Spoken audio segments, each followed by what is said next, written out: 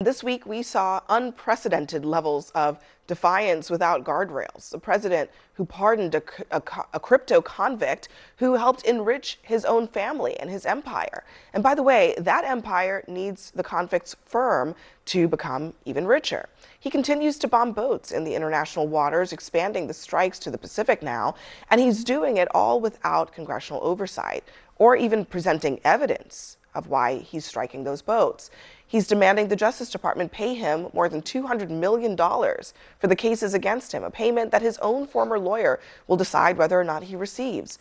And perhaps the most visual act is this: the demolishing of the White House's East Wing, a building that has been there for over 100 years, in order to build a ballroom that has a price tag that just keeps rising, paid for by billionaires, corporations, and the elites. All of this happening while the government is still shut down. The federal workers are standing in food lines right now, trying to put food on the table for their families. The reason I think that, look, I don't want to overstate the East Room thing, but it struck a nerve with a lot of people, because I think a lot of people just ask themselves, I didn't know that you could just tear down the White House without asking anybody, okay? And the answer is Trump realized that there was actually nothing standing in his way, and so he did it.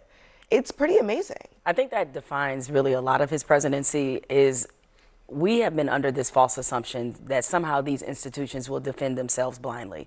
And the reality is that the institutions only hold up as much as the people are willing to defend them. And what he has quickly realized is that, as it's a phrase I've used on your show, Abby, is he is the who gon' check me boo president, because there is nobody that is going to stand in his way, because we have allowed politeness to overtake common sense. And so he's relying on the fact that we're so willing to be, that we're not willing to be impolite in order to check his authority. He can ignore all the rules that he wants. But to me, the only way we will understand how dangerous a lot of these things are, and it's beyond just reconstructing the ballroom, is if somebody else comes in and does the same thing where they don't have, I guess, maybe not the majority of the country, where they didn't win the majority of the vote. Because I promise you, if a Democrat comes in and runs the same game plan, maybe that's the only way the Republicans will understand that checks and balances are here for a reason. Well, wait a second. I have to admit that I think they actually did in some ways. And, Abby, I have to disagree. I think it really struck a chord, but with the coastal elites. I really doubt your average American, especially ones affected by the government shutdown, are worried about this. But let's look at some facts. Barack Obama and Joe Biden had donations of millions of dollars to each of their inaugural committees, and these were to put on big parties, mostly attended by the well-heeled. Now, who donated? With Obama in 2022, it was AT&T, Microsoft, Chevron. With Joe Biden, his inaugural, it was again Microsoft, AT&T, a lot of these big companies that certainly have a lot of business before the government, as we've certainly seen with Microsoft in Trump's first term. So I sort of disagree that this is sort of unprecedented to take donations. I don't know that, but I mean, look, every president takes donations for their inaugural. That's actually how the inaugural works. President Trump actually dwarfs both Obama and Biden in terms of how much they took in, and then he added on top of that invitations to the heads of those companies to the inauguration, almost in exchange for their donations. I just don't know why that is comparable to, this is 200 and something $1 million. It's $250 million. At least it's for something and not just parties. Yeah, it's for I understand. And look, and I'll take your point that, like, wait, for the people of America. For the people of America. It's for the donors who could go to the dinner. For the people's house. I'm not going to defend Biden or Obama. I think if Trump does anything well, he provides a visual metaphor. Less Americans are reading. We need pictures. We need to see corruption in front of us. I think, listen, people are going to criticize him. I mean, Trump, he's the one who's going to have to live there for 7 more years. So I think it's good. We'll get to that a little bit. We'll get to that a little bit later. Yeah. And it's going to take a long time to build it, because he's not allowed to rely on documented Well, trust me, immigrants it's going to anymore. be fast, because he wants to see it before he leaves. Yes, listen. You know who's encouraging him to focus on this project? People in boats off the coast of Venezuela. They are more than happy to go. You know what? Focus on this. I'm happy for him to find a new little pet project. Prevents him from thinking about Portland. It's great, in my opinion. Yeah, I mean, maybe not. Listen, this is just one small thing, right? But there are all the other things. He wants the Justice Department to pay him for prosecuting him. For the chairs. I mean, look, that's another $250 million that he wants to change hands. How much of this, how much of this should the American people really take? I mean, we'll have elections coming up, right? I mean, that will gauge some of that. But I mean, he's the you can just do things president, right? Like when it came to this ballroom, a lot of the complaints were he didn't follow the process. He should have gone through the commission. Yeah, we probably would have approved this after 18 months of red tape and everything else. Like, no. I just hope what he did to the East Wing. And the first thing I had to do was figure out what the East Wing was. I realized I think I went in there one time. It's got like a ramp and you look off to the side. If Aaron Sorkin had focused on that, he wouldn't have touched it. 100%. Aaron Sorkin's really to blame here for not raising the prestige of the East Wing in the American public conception.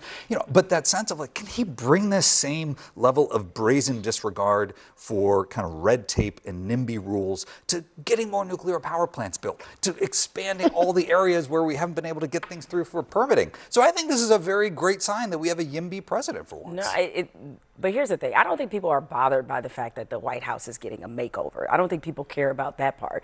I think what people care about is the sort of pay-for-play system that he seems to have created in his presidency. Like, I'm not. That's also like every president too. I mean, not to this degree. Not to this degree. But maybe it'll be so visual and so big that people will start paying attention. I think every chair can have a plaque. It's also the a bribe from optics Apple. of doing this, as Abby pointed out, during the shutdown, where you have TSA workers not reporting to work because they haven't been paid in 3 weeks. You have that going on at the same time, where you're trying to make this symbol of your own presidency. Like, it just feels very much that if he had it his way, much like we've seen with everything, it's like he put his face on every single building to remind people of his presence because he's so insecure and such a narcissist. And I don't think people like forget those. Donald Trump if he wasn't doing that. He completely That's fails. the thing. It's like it's just over the top. And I will say I agree with you a bit on that. Like, I hate it when you ever go into a new state and welcome to Pennsylvania Governor Josh Shapiro. Like every city, the city of New York's doing this. Mayor Eric Adams. It's every obviously not on the level of Donald Trump, but every politician tries to kind of take credit for things and using, in this case, taxpayer dollars in a way to promote yourself. Right. Well, and then let's not forget, he also doesn't have the greatest taste. So, like, I am very curious as to what this all Yeah, it's going to be dripping in gold for sure. Right. But the other thing that he's doing right now, because frankly, who gon' check me, boo, is he's bombing whoever he wants and killing a lot of people. And here's what he said earlier this week when he was asked about whether or not he needed to consult with Congress in any way on this. I don't think we're going to necessarily ask for a declaration of war. I think we're just going to kill people that are bringing drugs into our country.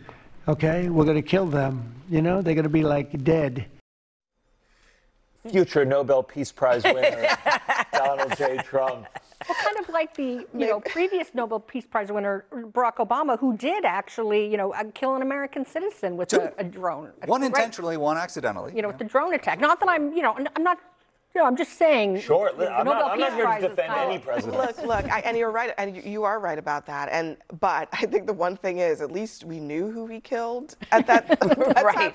I mean, I think in this situation, the Department of Defense and Trump have basically calculated correctly that nobody is going to say anything because who cares about these fishermen and who they are? You just bomb people to send a message and call it a day. But I guess, do you think that there are any downsides to this? That when we set a precedent in the world that people just drop bombs and ask questions later, I mean, does that really make us safer?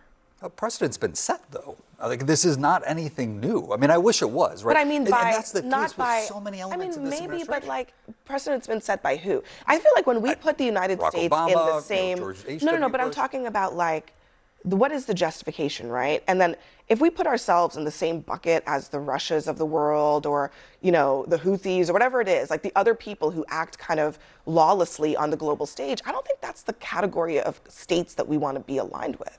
We are the ones setting the rules about the so-called rules of engagement. When we violate our own rules, how does that set us up in the world? I mean, and again, this is not me defending the practice.